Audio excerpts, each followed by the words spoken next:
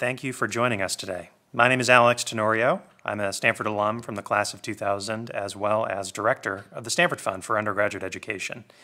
It's my privilege to be here today with three guests who each play a very critical role in the undergraduate experience at Stanford. Just a few comments before I turn the floor over to our speakers.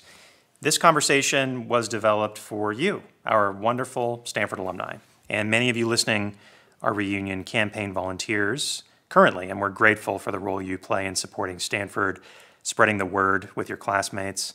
Our alumni volunteers really do make all the difference with our reunion campaigns, and the success of our fundraising efforts, and ultimately the impact we're able to have through the programs you're going to hear about today, really lie with you. So thank you for all you do to make it possible.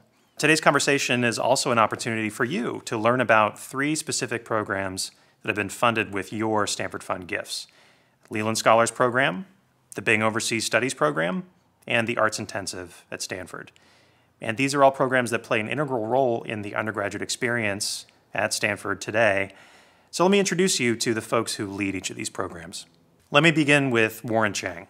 Warren joined the Office of the Vice Provost for Undergraduate Education in 2011 and serves as the inaugural director of the Leland Scholars Program.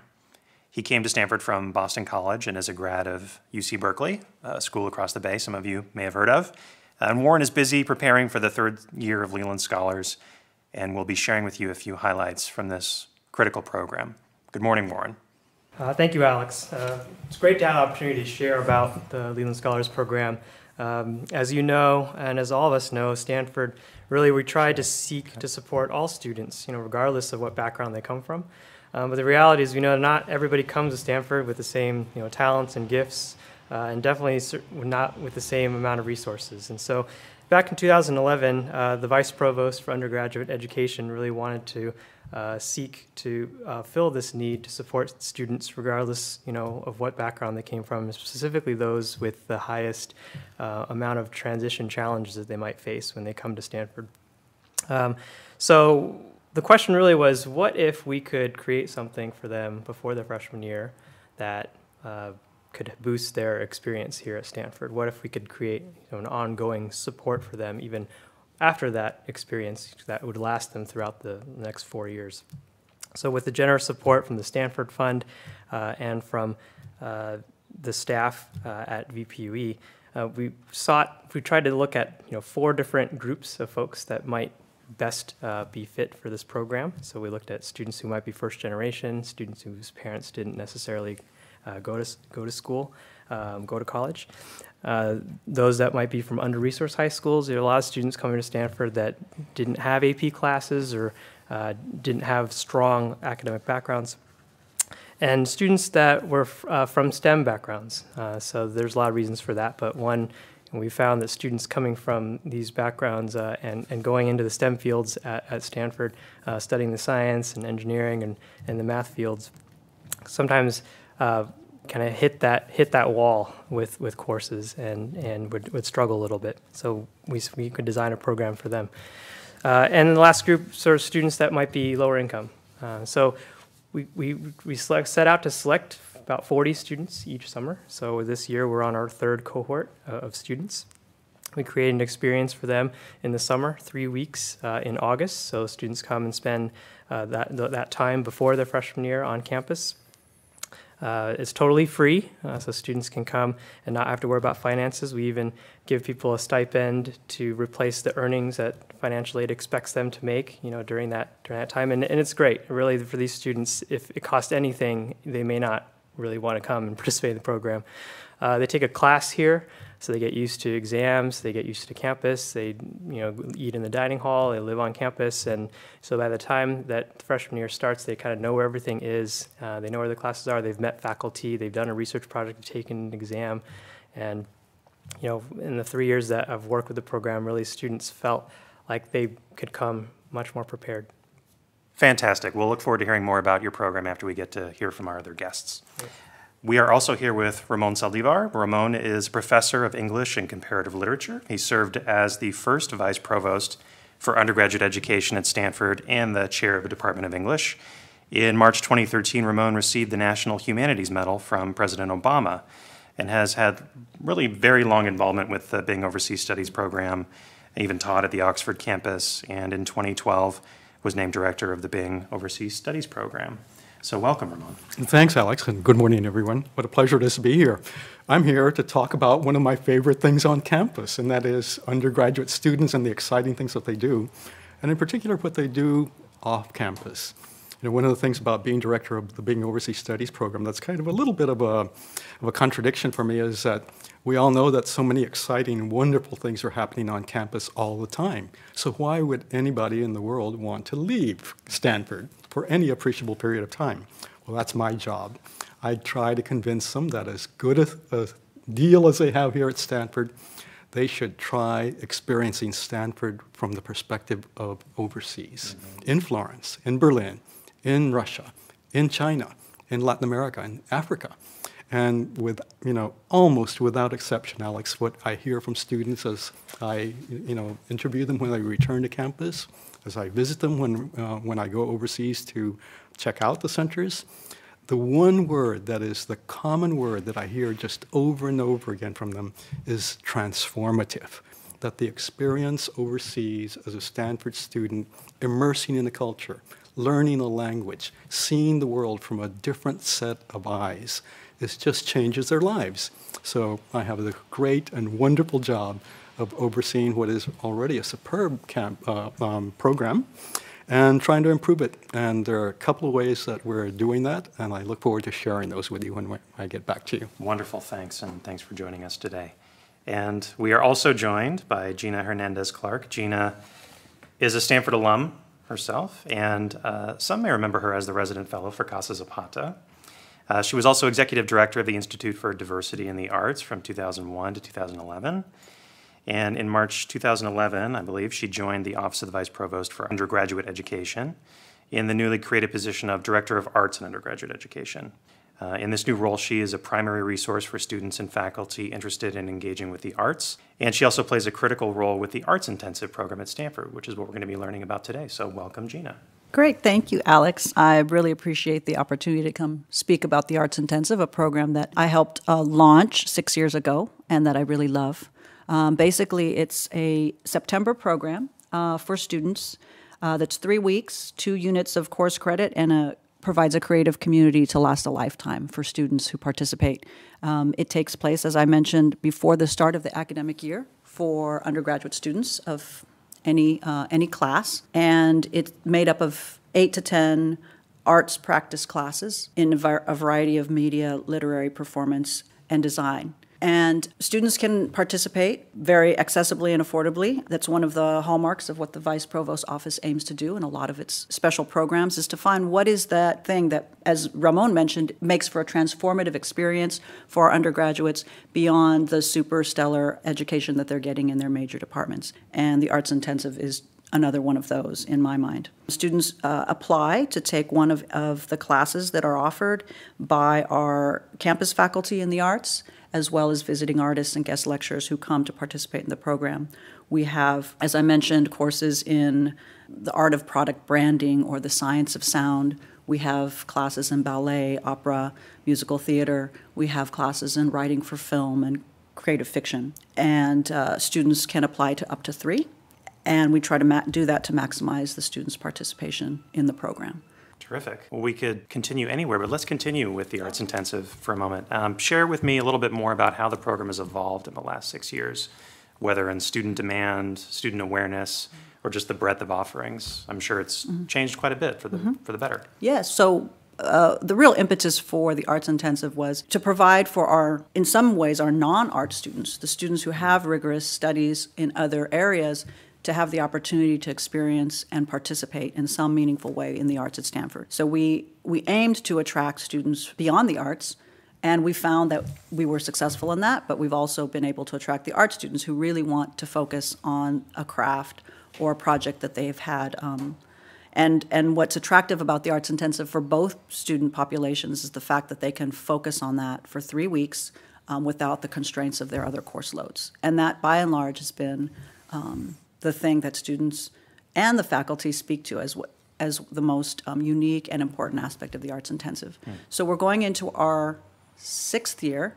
It was the Arts Intensive, with that aim in mind, was launched 6 years ago by a gift from the Stanford President's Fund to the Vice Provost's office, and it was launched in a way to provide about 100 students the ability to participate each year in the program. And we've had years when applications have far surpassed the ability to enroll students, and we keep seeing the demand for students. We always ask our students, what more of would you like to see? What kind of media would you like to have the Arts Intensive offer? So we're often responsive to what the students want to see in the future years, and we hope to continue that practice, so it's grown that way. And I think another important aspect of the Arts Intensive that students as well as the rest of us may not know about is that we invite visiting artists to come participate. Ramon mentioned the breadth of opportunities on campus and opportunities to take students off campus during the academic year. That is that's really hard to do for anybody, to get to everything that might be of interest, to have that fit within their schedules, especially when they're focused on their studies.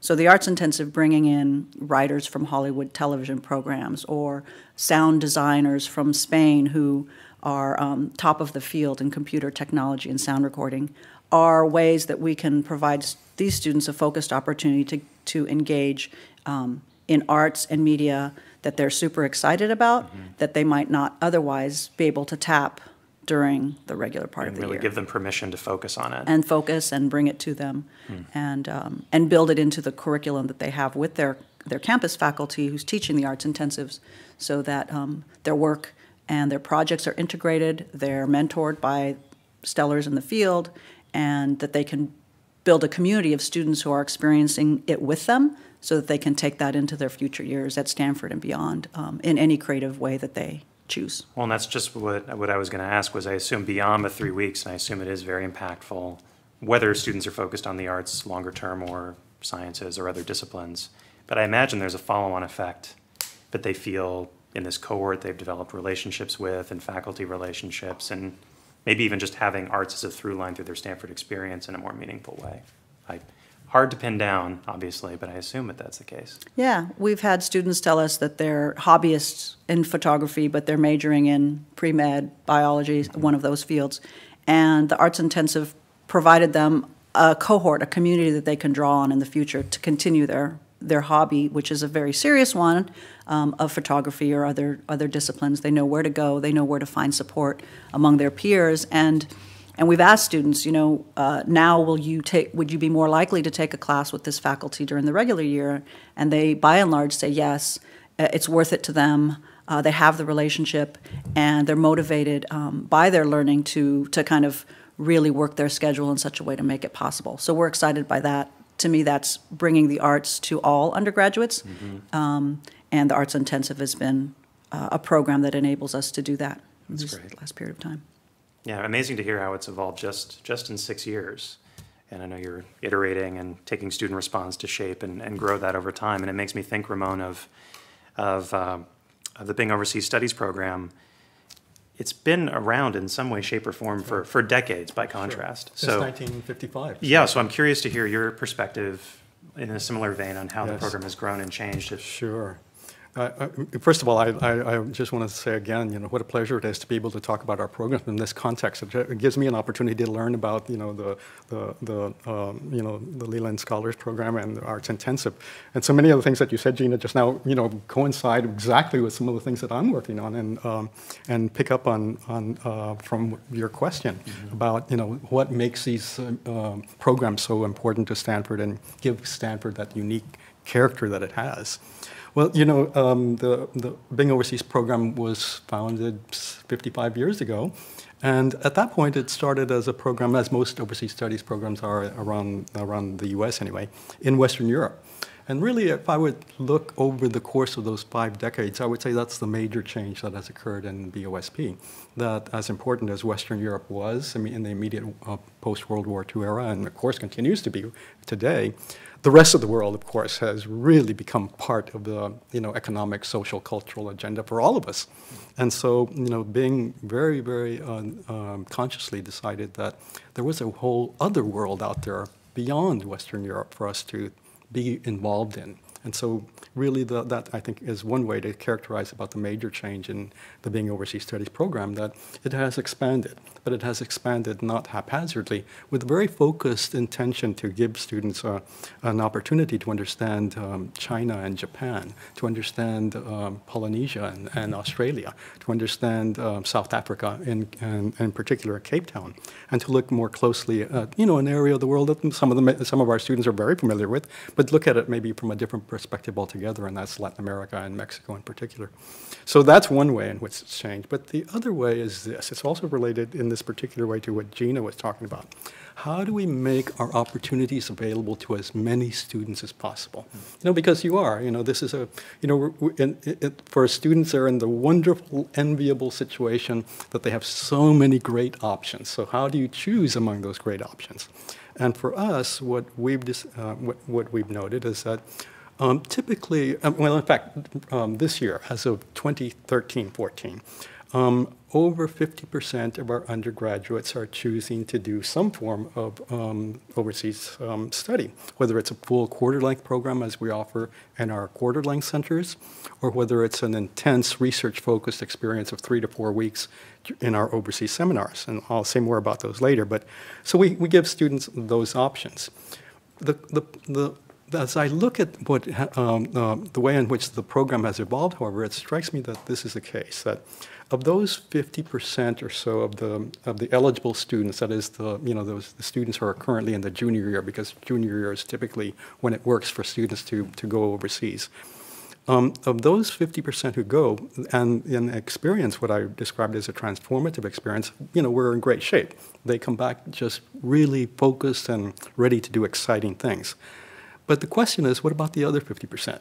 What can we do to make it possible for the rest of the student body who hasn't easily selected or chosen to experience one of these amazing opportunities that we have around the world?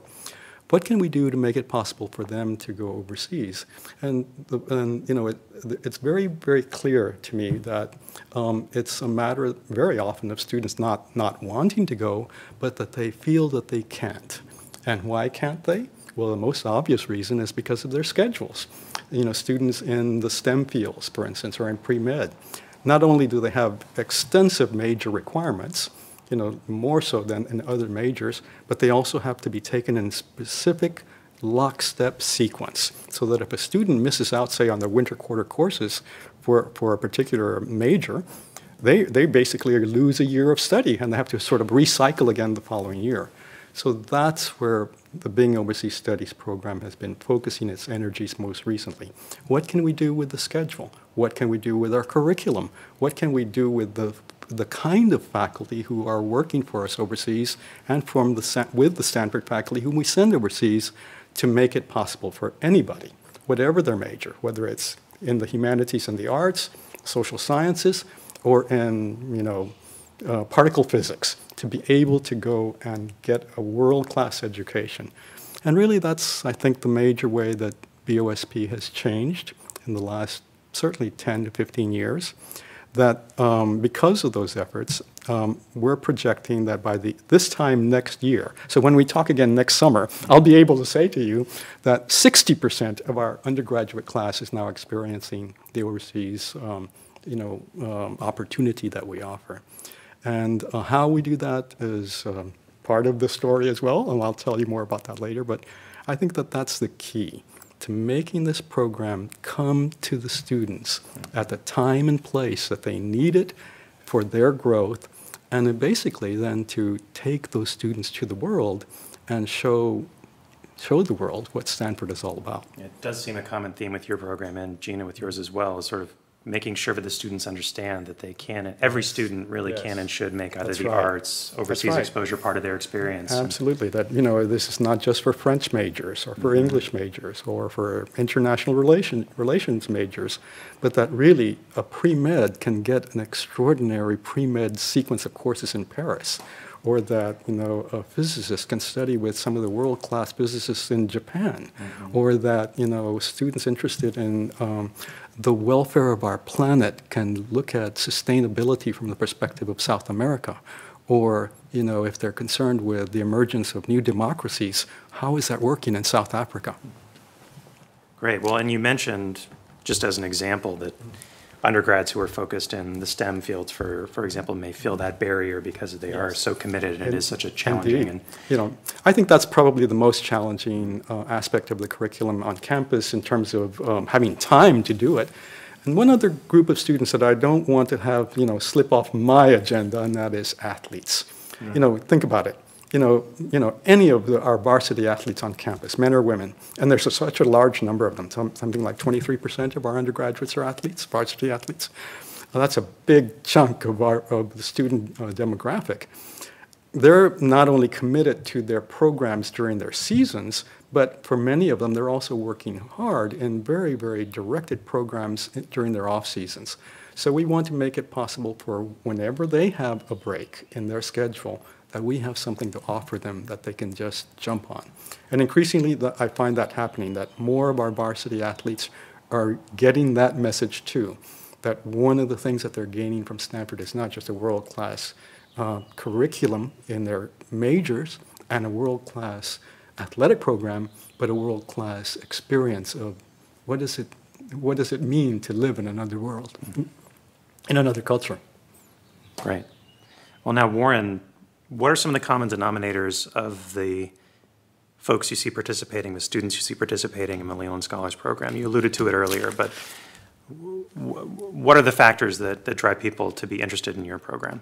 I think there are a lot of things that make people interested. Some, I think, purely just are bored in the summer and want to be here early. They're excited about attending Stanford. They're excited Stanford. about Stanford, and they want to be here, and that's why we have hundreds of applications. But obviously, the mission of the program is to target those that might encounter barriers or need to overcome some transition challenges. So, a few students come to mind. I think of one of my students, I guess I'll call Eva. She came from a pretty urban high school in Pennsylvania. She was homeless for part of it. Dad's not in the picture. Her background is Dominican. Not many Dominicans out here. She talked about kind of moving in her first day to Stanford, and she came to my office almost in tears because her roommate had moved in all of these, big TV, all these things. Mom was, videotaping the whole thing on a camcorder, and she was just having this hugely cross-cultural moment where she was here by herself, Mm-hmm. and this is already having done the program. So, it's what we do with these students, in terms of building a community, does so much when they have these encounters on campus. And I don't think her experience is necessarily unique in that way. I think a lot of students experience that class difference, but also along other lines. Again, the curriculum from different high schools that were just not as strong, and they come here. Often they hear about, oh, there's someone in the freshman class that, founded these 3 companies already before they started, or they were Intel Science winners and all these different awards. So I think there's an intimidation, no matter who you are, they come in with that. But all the more from students who already perceive that their preparation was not anywhere close to some of the students that come in. So I say for some of the students, it is this class difference. Some of them is that high school experience. Some are facing lots of challenges at home. I have one of my students, I'll call Sally. So Sally has, during her sophomore year, actually her mom is unemployed and her father has had multiple parole violations, and so there's nobody taking care of the family at home. She's got 2 siblings at home. She deals with a lot of students deal with sort of sense of guilt of, wow, I could get a work study job like tomorrow that pays more than what my parents make hourly at home. And so there's this sense of guilt. Their parents worked so hard for them to get here, but then they face all sorts of challenges with how do I relate to the struggles my parents have back at home. So she considered dropping out to not dropping out, but at least taking a leave of absence to take care of some issues at home. And we were able to kind of work some compromises out so she didn't have to do that. But these are sort of the invisible issues that many students at Stanford face, and particularly the ones that go through the Leland Scholars Program. We put them out on the table. We have people talk about it, and it tends to be this great release for them to realize they're not the only ones dealing with these things. It makes me think of Stanford's need-blind admissions policy, it being so important to be able to offer students who need the financial aid to come here, and ultimately to be selecting in the admissions process the best and brightest regardless of economic background, challenges faced, and then figure out on the back end how to help them pay for that Absolutely. experience. But what you're describing, I think, is a natural extension of that, which is it's not just that we're admitting people based on their merits and brilliant young students, and it's not just that we're helping them summon the means to pay for it if they don't have the means in their family, but we're also helping ensure that they start with sort of a leveled playing field when it comes to resources to prime them to be successful in their chosen field, which by and large is STEM in the case of That's right. That's right. I think, and students. that's more and more the case. I think now it's something like close to 60% of students coming in are declaring STEM. I think maybe even more than that. And so they have this interest, and it's actually disproportionate for this population. So the first-gen students, low-income students, tend to kind of choose STEM. Again, I think there's some assumptions about the stability of that career path and sort of the direct relationship of those. But there's no question that the financial aid is huge for these students, and many students talk about how this is, sort of the best financial aid package, that they're not necessarily here just because of, the Stanford name, but the financial aid package helped them get here. But what I would love to see my students do is, and I love how you guys talk about Ramon and Gina. I want them to do arts intensive, and I want them to go abroad. And sometimes these students are the ones that think they can't do that. Yes. Again, the STEM thing, but it's also the first gen, the low income piece, where they feel like their parents didn't go to college, right? So then who's guiding them? I think they think it's a straight line. They got to take these classes, and they just got to get their degree, get a job so they can support their family. There's no time for arts or whatever. There's no time to go abroad. What is that for? Those are for people that are not like me. And so I think a lot of what we try to do is a sort of re-education of students. We bring older students who have that same background as our preceptors, that we call them, as their student staff, talk about their stories about going abroad or doing different things that are not on the supposed path that they think they have when they come here.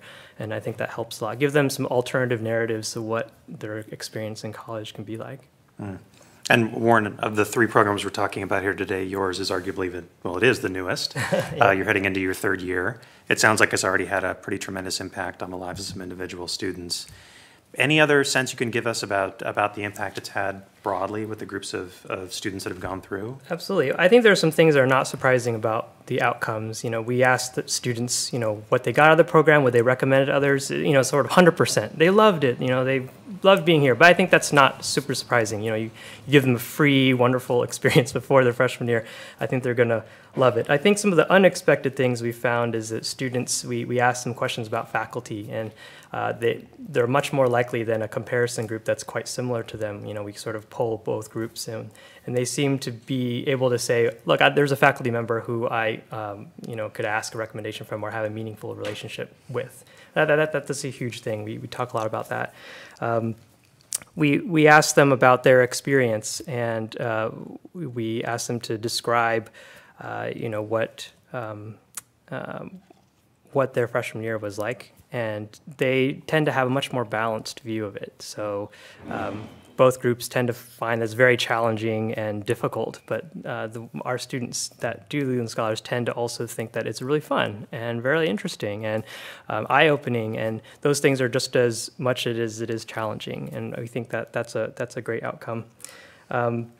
Some other pieces, students do tend to be more involved. They take a little more leadership, and that's one of the great things. So some of our students tend to become the leaders of, there's different groups on campus that deal with issues of race, class, and gender, and sexuality, and our students have disproportionately been involved in some of those to be, and I think that makes some sense. They've come here, they have a foundation, and they're not only doing transitioning the first few months here, they're thinking about where they can be involved and take leadership. And so that's been a great outcome of our program too. It's really nice to see.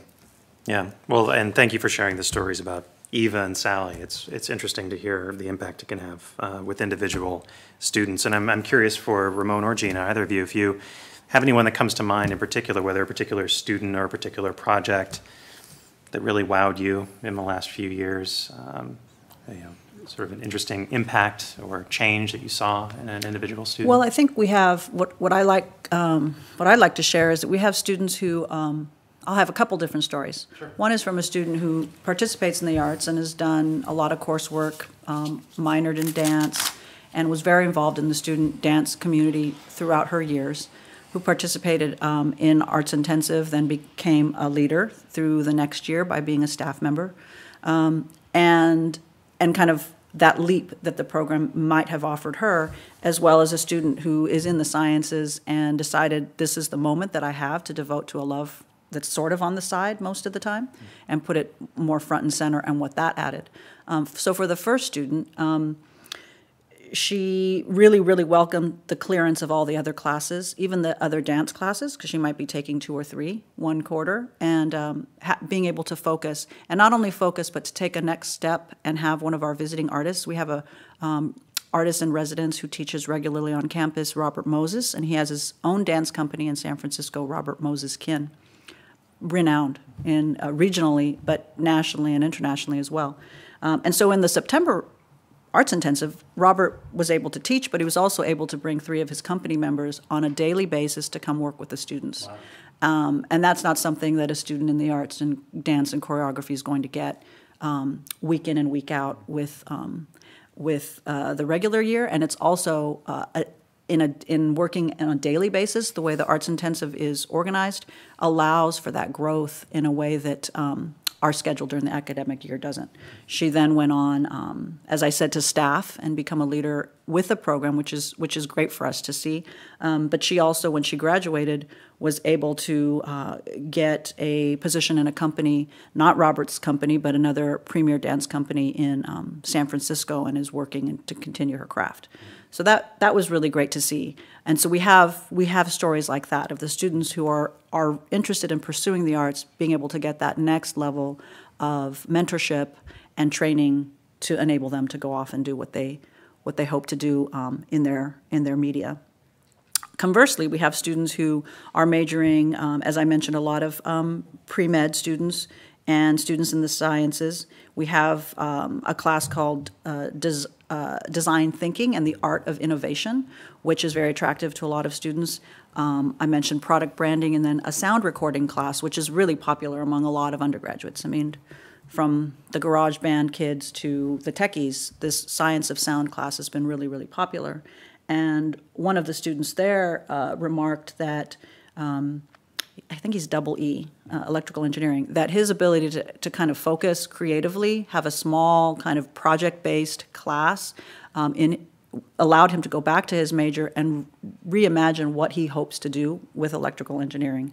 Again, Warren mentioned the path that they kind of see before them that's already laid out, and they have, students might not always see the ways in which they can bring something unique and of themselves to that field. They follow the world-class, Nobel laureates that Stanford has so many of, and they think that's the path for them. They might also have a love for music or an ability in CS or be really into electronica in a way that is unique to them, and they haven't found yet a vehicle for that within their major. So this class was an opportunity for that student to go back and expand the courses that he was taking within his major, to allow for a little bit more design and design creativity within something that he thought was a really rigid and straightforward path in his studies. So we have a lot of students like that who go back and really rethink how it is that they are going to approach their major, because they've had a few weeks of really thinking out of the box, thinking about it from their own expressivity, and then going back and diving into those studies in a way that allows them to bring themselves into it. Which I think really speaks to the push and encouragement, I would say, around campus for undergraduate students or graduate students, but even undergraduates, to focus on an interdisciplinary approach to their thinking around their major, around their experience, and being empowered to do that is pretty exciting.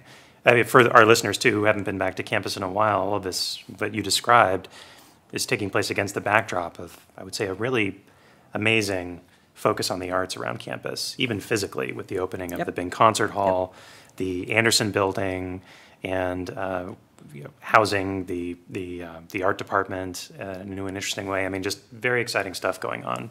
Yeah, I'm glad you brought that up, Alex. The one thing that we felt was missing in the first 5 years, or the first 4 years, that now is in place and has made all the difference. One of the main program components of the Arts Intensive is a big showcase of the results of each class at the end.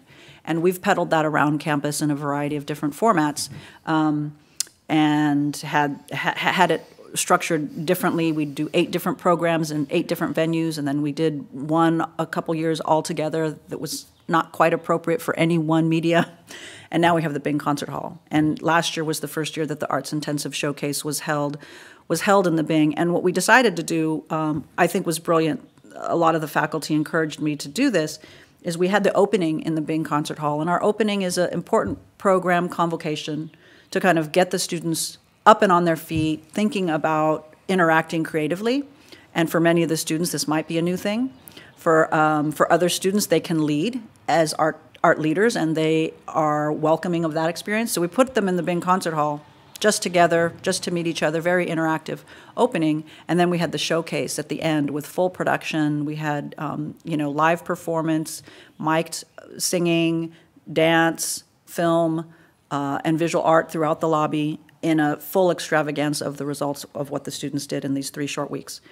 And that bookmark of being in the Bing Concert Hall, where all the premier artists that Stanford brings to campus also perform, was a real validating and important evidence of what the students do creatively is important to Stanford.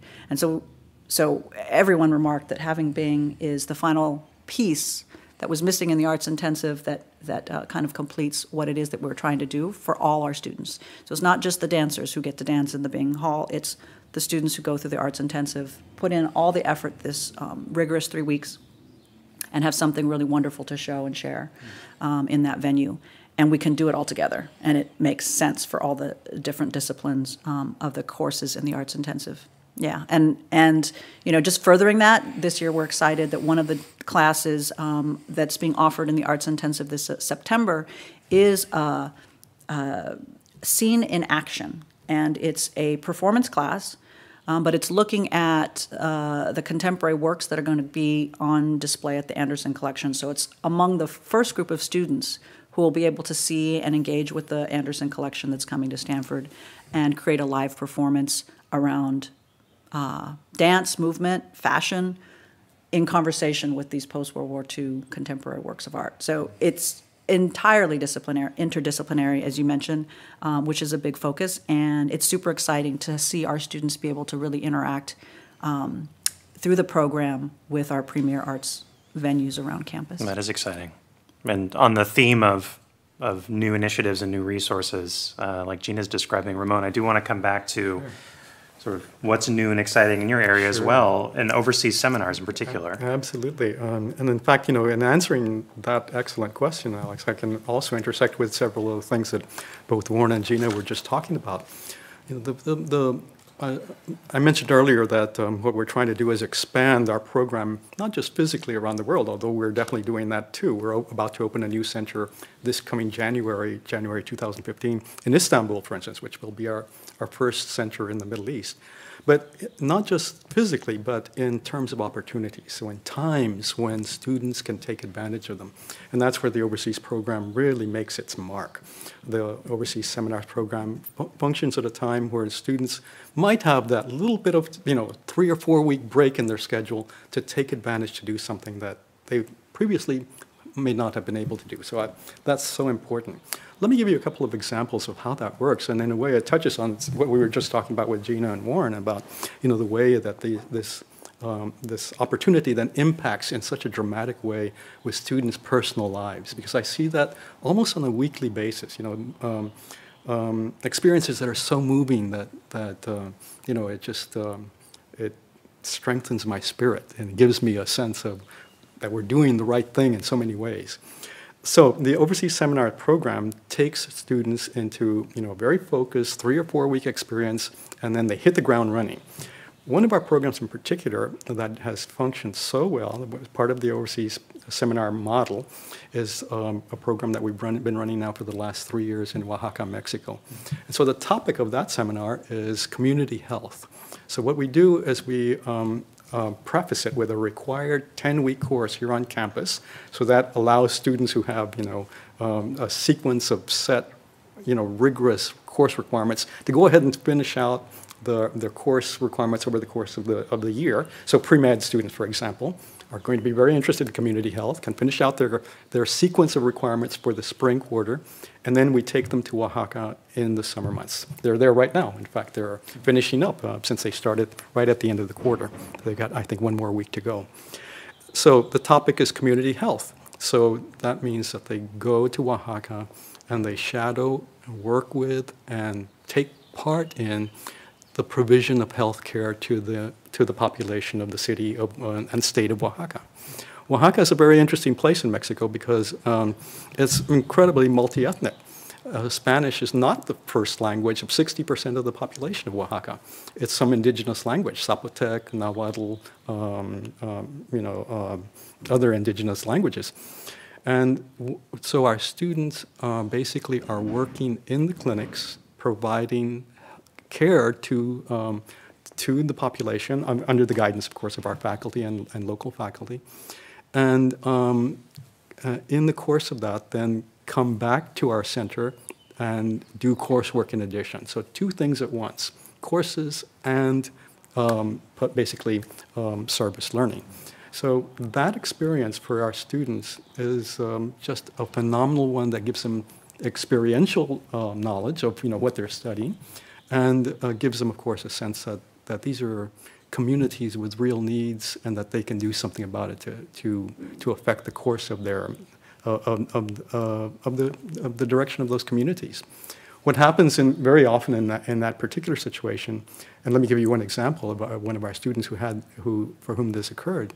He went as a student 1 year, and as a pre-med student, was so just altered by his understanding of what really quality health care can do to change the life of a family or even of a neighborhood or of a larger community, that he decided to go back with us the following year, not as a student, but as a course assistant.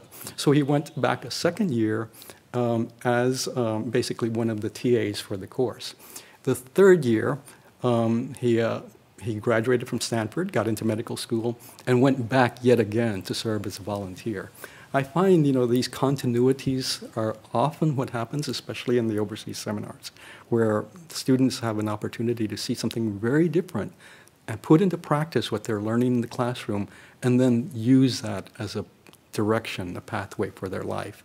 And in particular, the seminars allow us to do that because they're focused, they're tight. You get in, you do something very, very effective, and you come back and then do something else with it here on campus. That's great. And nice to see people putting their Indeed. Thought and passion into action. That's exactly what happens very often.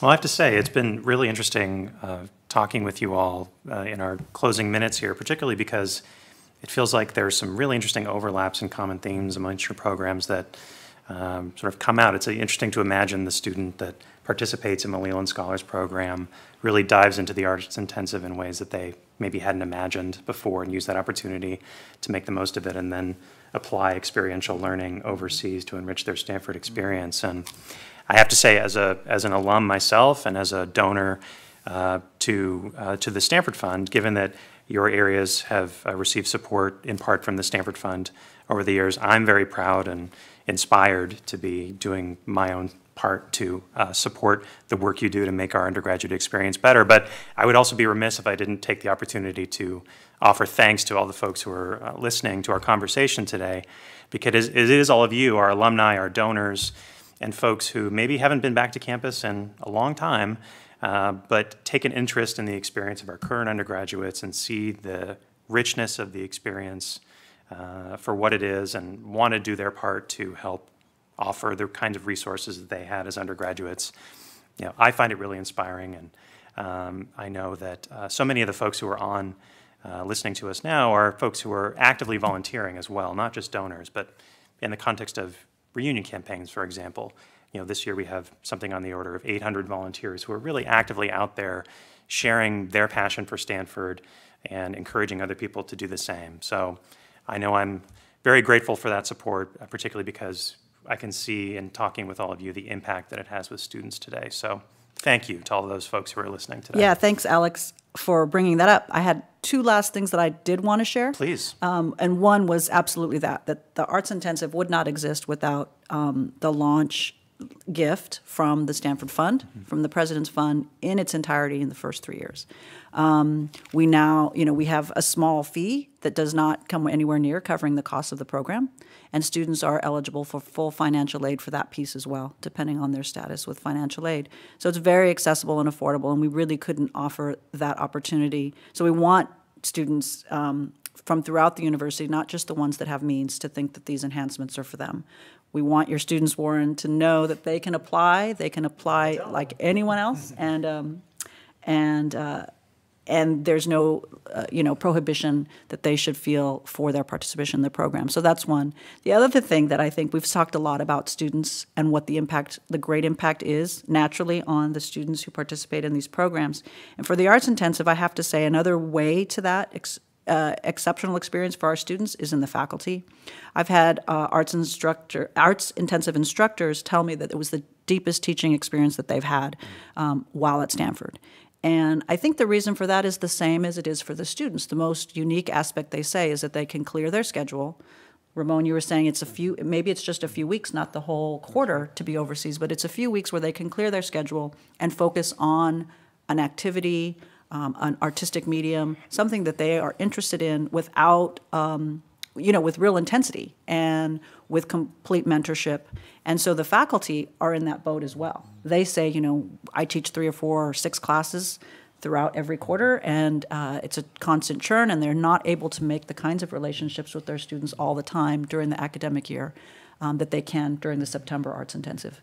And to me, that's a real validating aspect of my work, to be able to offer faculty another kind of teaching experience here at Stanford that they really value, that get them their TAs in the future when they have classes and they're looking for staff to go off and do more things with them. The faculty have found that the ability to engage richly and deeply with one set of students for at least a short period of time has been really rewarding in the Arts Intensive. Right. Warren, Ramon, any final thoughts before we wrap up today? Well, like Gina, I just really also want to echo that really, the growth that I'm describing, the opportunities that we're making available for our students, we can't do that on our own. So all the help that we can get from friends, from the university, makes all the difference in the world. It makes a difference really from being able to say that a student has experienced Stanford in a way that changed their outlook on life and not. And so I'm grateful for all the support and help that we get. Yeah, I was in the same boat in terms of Leland Scholars, where Arts Intensive was 4 years ago, which is, having this 3-year pilot be funded by the Stanford Fund and having such great stories of success from the students. I think that I'm just grateful for the opportunity to kind of be part of that. We hopefully will be a permanent part of Stanford soon. And my vision is to really think about expanding it to students who aren't necessarily STEM. And so that's sort of my vision going forward, making it available to people not, because I think these issues that students face aren't just limited to students interested in the sciences and technology. So I think there's a lot of excitement around this program, and I think that's due to the faithful giving to the Stanford Fund. Well, thank you, and thank you all so much for taking the time to speak with me. It was really a lot of fun, and grateful for all you do for our Stanford undergraduates. So to all of you listening, thank you for spending time with us today. If you have any questions at all about the Stanford Fund or any of the programs we've covered today, don't hesitate to contact your Stanford Fund class giving officer. You can also email me directly if you'd like at the Stanford Fund at stanford.edu. I look forward to getting your emails. Thank you for listening, and thank you for all you do for Stanford.